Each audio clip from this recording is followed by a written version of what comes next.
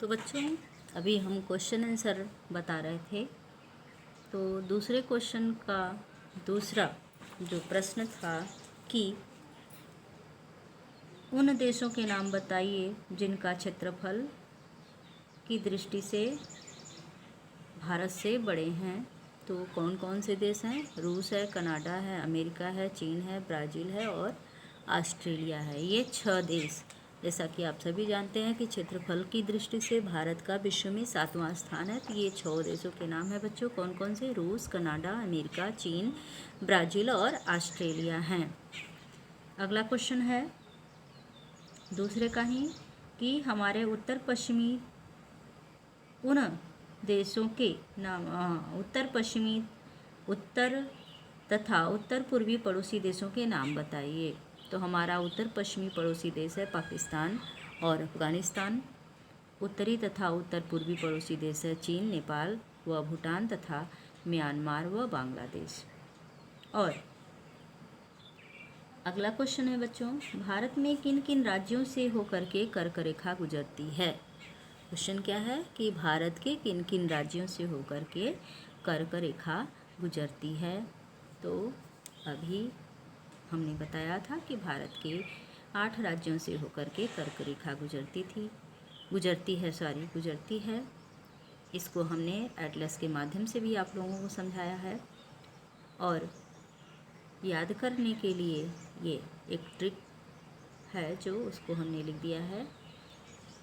गमछा झार मित्र पर गुजरात, महाराष्ट्र, छत्तीसगढ़, झारखंड, राजस्थान, मिजोरम, त्रिपुरा और पश्चिम बंगाल से होकर के ये 8 राज्यों से होकर के गुजरती है।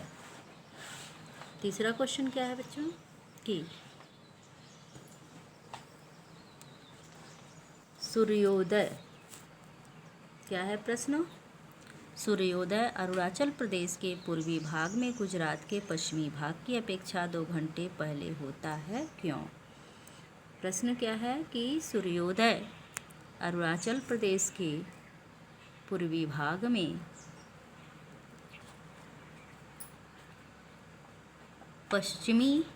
गुजरात के पश्चिमी भाग की अपेक्षा 2 घंटे पहले होता है, क्यों?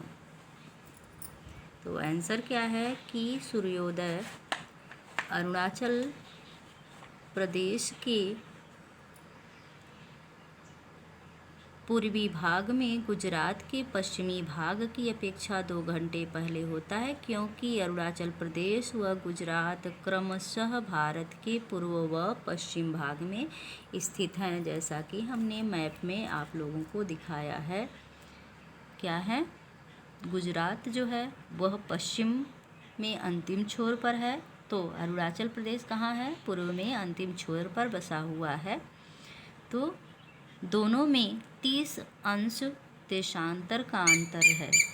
जैसा कि आप सभी जानते हैं कि प्रत्येक 2 देशांतरों के बीच 4 मिनट का अंतर पाया जाता है, इसलिए गुजरात और अरुणाचल के समय में भी 2 घंटे का अंतर पाया जाता है। इसीलिए गुजरात में सूर्योदय अरुणाचल प्रदेश की अपेक्षा 2 घंटे पश्चात होता है।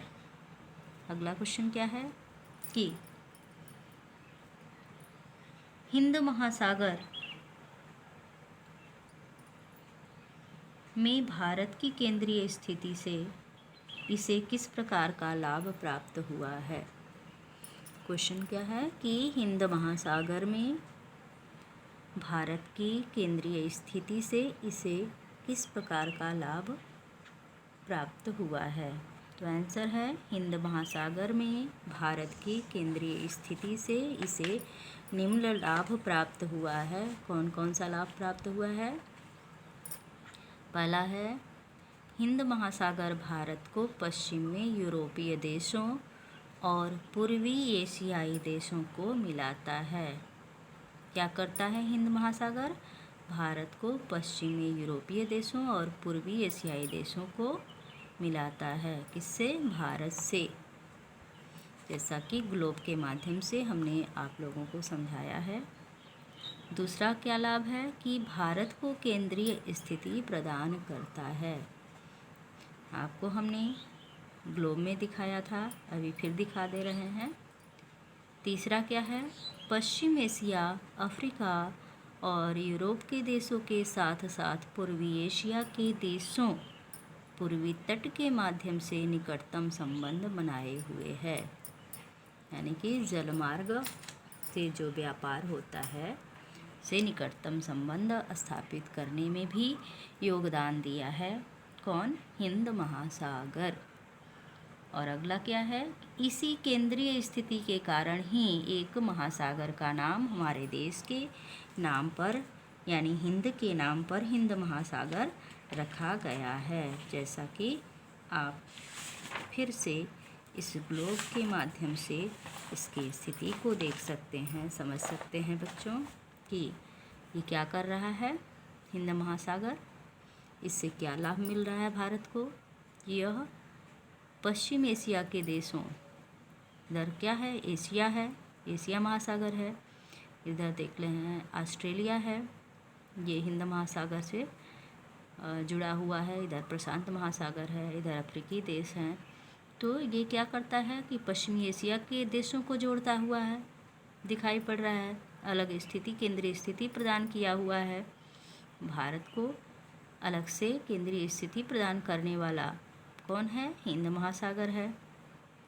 अफ्रीकी देशों को जोड़ता है भारत से, कौन जोड़ता है? हिंद महासागर जोड़ता है।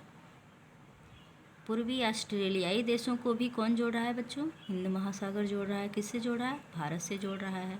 तो पूर्वी तटों से जो व्यापार होता है हिंद महासागर के द्वारा ही इन देशों यानी ऑस्ट्रेलियाई देशों से व्यापार होता है, और साथ ही यह एशिया के देशों को भी भारत से जोड़ रहा है, यानी व्यापारिक संबंध स्थापित करने में हिंद महासागर की महत्वपूर्ण भूमिका है। तो इस प्रकार से भारत के हिंद महासागर में जो महत्वपूर्ण स्थिति है, इसीलिए इस स्थिति को देखते हुए ही, केंद्रीय स्थिति को देखते हुए ही इस महासागर का नाम क्या रखा गया? हिंद महासागर रखा गया है। और हिंद महासागर का भारत के लिए महत्वपूर्ण स्थान है। तो इस प्रकार हमारा क्वेश्चन आंसर भी